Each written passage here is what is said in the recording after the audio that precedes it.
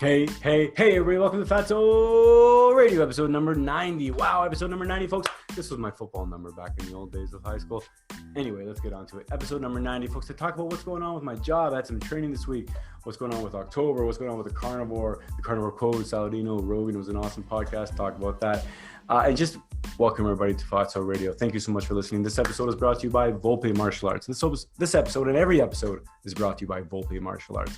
Volpe Martial Arts is the hottest, newest Kung Fu and Hapkido martial arts school in the KW region. That's right, folks. My brother, Adam Volpe, brings you a lifetime experience, lifetime-long passion of martial arts.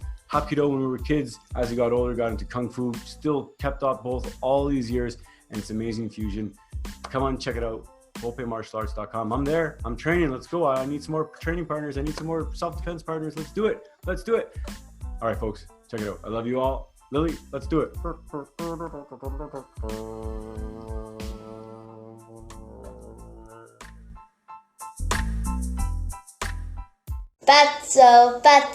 the really great podcast show. Fatso, a very first podcast show.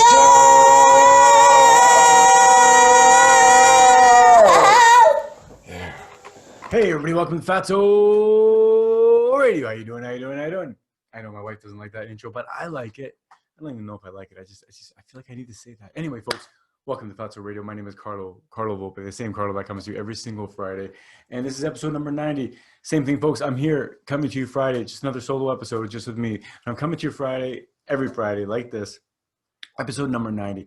So the number 90, let's start out, folks. The number 90 is important to me. It was my high school football number, right? You might be thinking, it's just your high school football number. It doesn't mean anything. It doesn't mean anything. It does mean anything. It does mean a lot. It could mean a lot. It did to me, and it does still to me. It's the number that I wore on my jersey, all through, maybe not all 5 years of high school, but for the majority of the time, that was my number. And it meant a lot to me. Not because the number means a lot to me, really, but because football meant a lot to me. And what I experienced in those years, the camaraderie, just the friendship, the skills I've learned, just the life lessons I've learned, the lessons I learned from coaches and teammates alike. I'm still friends with coaches. I'm still friends with my teammates, lifelong friends that I've met through football.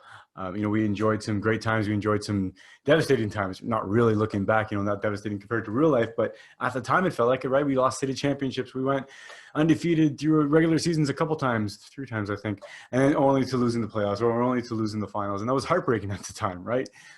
At a time in your life when you haven't been through any really major relationships, you probably haven't had many losses, hopefully, and children and all that stuff.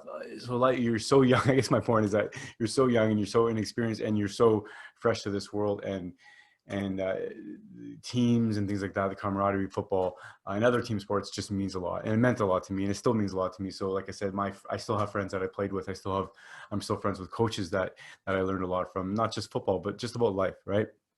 So episode number 90, salute to all my football players, all my coaches, to the fans that were there, to my mom, my dad, who drove me to practice or picked me up from practice or fed me, hundreds of dollars of food before meals and after meals, and before games rather, and after games, and had my buddies come over to the restaurant or what have you.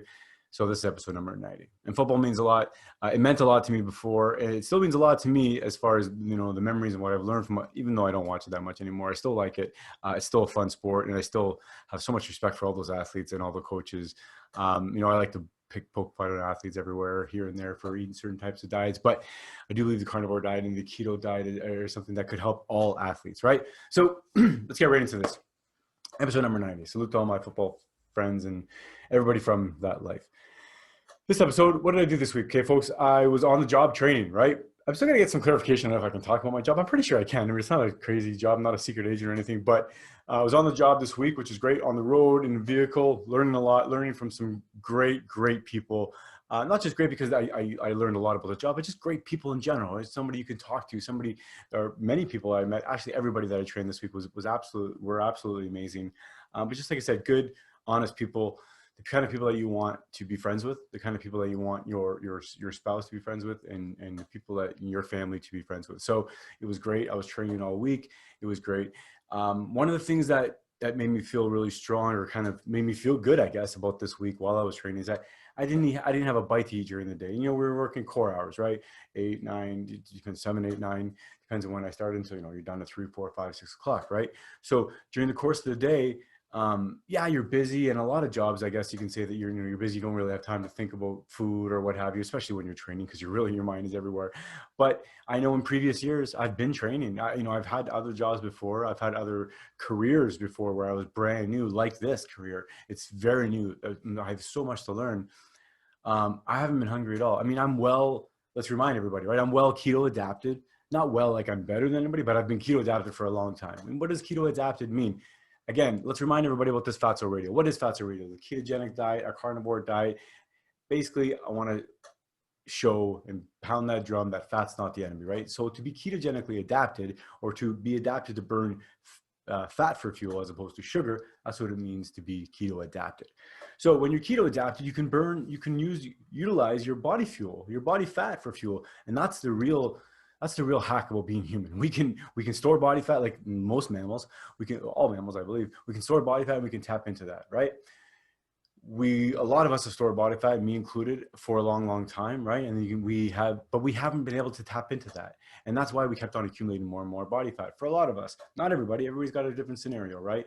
But when you have the ability to tap into your body fat, that means you don't have to go 2 hours and another meal, or you don't have to go another hour or a sugar kick or a snack or a chocolate bar. Now, people can do this anyway, right? You don't have to be keto adapting to still go, you know, 5 hours or 6 hours or 7 hours or 8 hours without food. It's tougher. I'll be honest. I've tried to do it in the past, and it's been tougher to do, but this is a lot easier for me. And I found that but during this week and other weeks like I've had, it's been pretty good. You know, you get up in the morning, this week I had a little bit of breakfast. I had bacon a couple times I didn't have anything. One morning I had eggs, but then I would go all day. And the thing is, whether I had breakfast or not, it really didn't affect me much as far as how hungry I was at the end of the day, because the amount I was eating in the morning really wasn't that much anyway. And to be honest, you know, if you're up and around moving all day and you're walking, especially there's a couple of days where I was walking, you know, 10, 15 kilometers throughout the day, you're burning a ton of calories, right? So where are you burning those calories from? If you're keto adapted, great, you know, and if you're in pretty good metabolic health, that means you're going to be tapping into your fat stores, great. You're not going to be carrying around all those calories in glycogen or stored glucose. So you can't store that much glucose, right? It's thousands of calories throughout the day if you're walking. So the ability to tap into your fat stores is probably essential, I'm guessing, at the metabolic level. So I found it pretty good. I found it pretty good that I was going throughout the day. Like I said, a few days of the week, actually the first 3 days I was walking quite a bit. Around town, around here and there, and then the last couple of days I was in the vehicle more, but still getting out, walking around businesses and things like that. And I found that it was great. Like I said, other weeks, other days, it's easier when you're busy, of course, right? But when you do stop, or you have an opportunity to stop, whether it's a candy store, whether it's fast food joint or whatever, or even whether it's the opportunity to go back to have lunch, you always have an opportunity to have lunch, right? Or breaks or whatever. I found it pretty good. I came home, I had a meal like regular, 4 or 5 o'clock, sometimes 6 o'clock, depends when the meal was cooked, depends on how I felt like eating. But all in all, it was very stable. It was very much like I've been doing, whether I was home or whether I was working in an office job or a desk job, you know, and I was walking around. So it's been good. I feel good. My meals, like I said, I've been eating a little bit more. I had definitely noticed that. Last week or the week before, I think I dropped a couple pounds. This week I'm around the same.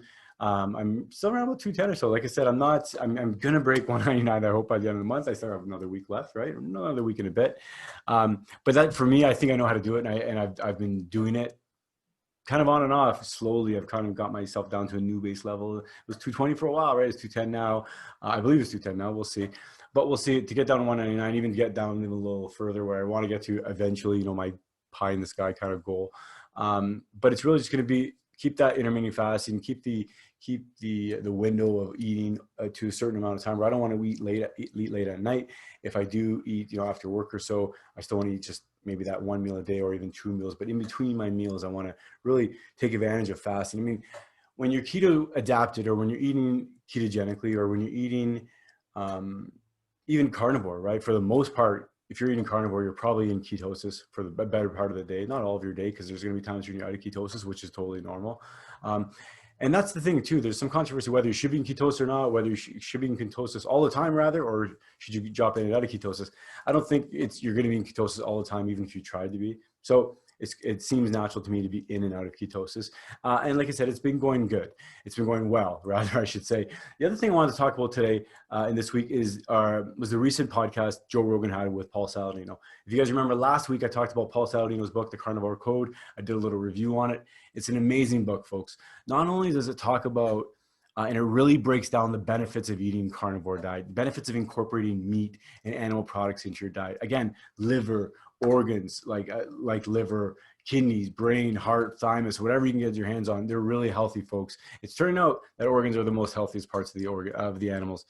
You know, I think a lot of indigenous cultures knew that. Even a lot of our, not indigenous, a lot of the what we would consider Western or Eastern cultures, you know, European descent, North American descent, in native cultures, people, like I said, everywhere, we know that organs were eaten. Every culture has a dish for a liver. Every culture has a dish probably for some sort of preparation of kidney or other, you know, all of the joints and the, you know, the nose to tail idea, right? You put the reason why we made soup out of all these things is that some things you didn't want to eat on a grill, some things you want to eat in a soup. But we knew somehow, our people, human beings, we knew that these connective tissues in the parts of the animals were really important. Somehow we knew. And when you have a fully nose to tail carnivore diet, you can be very, very healthy. And I believe that it's probably your optimal health. Paul Saladino, a great author, wrote the book Carnivore Code. He was on Rogan recently, I think a couple of days ago. Check out that podcast, folks. If you can watch it. He has some cool graphics that he pulls up on the stage, on the screen rather. And it's the same thing that I've been talking about for a long time, right? If you remove the plants from your diet and you're eating only animal products, yes, it's weird. Yes, it's different, but it's possible. It turns out we don't need carbohydrates from our diet. Your liver can make glucose, right? There's some organs in our body that need glucose. Our brain needs a little bit of glucose. Some of our glands need certain glucose. Certain organs need glucose. And then the rest of our body can run great on fat, right? So when you do need some glucose, you need some glycogen for your muscles, you need a little bit of glycogen, or you need glycogen, of course, for your liver, your brain, like I said. Your liver can make glucose. Your liver can make glucose from protein, from amino acids. If you're eating a protein diet, you're eating an animal-based diet rather. And I like that, animal-based diet. Instead of a plant-based diet, animal-based diet. If you're eating an animal-based diet, you're going to get all those nutrients. You're going to have all the protein you need, and you're going to have all the fat you need, saturated fat, unsaturated fat, monosaturated fat. You're going to have that. So that's it. Check out that podcast. I'm a big fan of his, big fan of both of them. Of course, Rogan. I've been listening to Rogan for years now. And Paul Saladino, check out his book, check out the podcast. He has an awesome podcast as well, Carnivore MD, I believe. So check that out. Last thing, folks, I want to talk about, just wrapping up October, okay? October's coming to an end.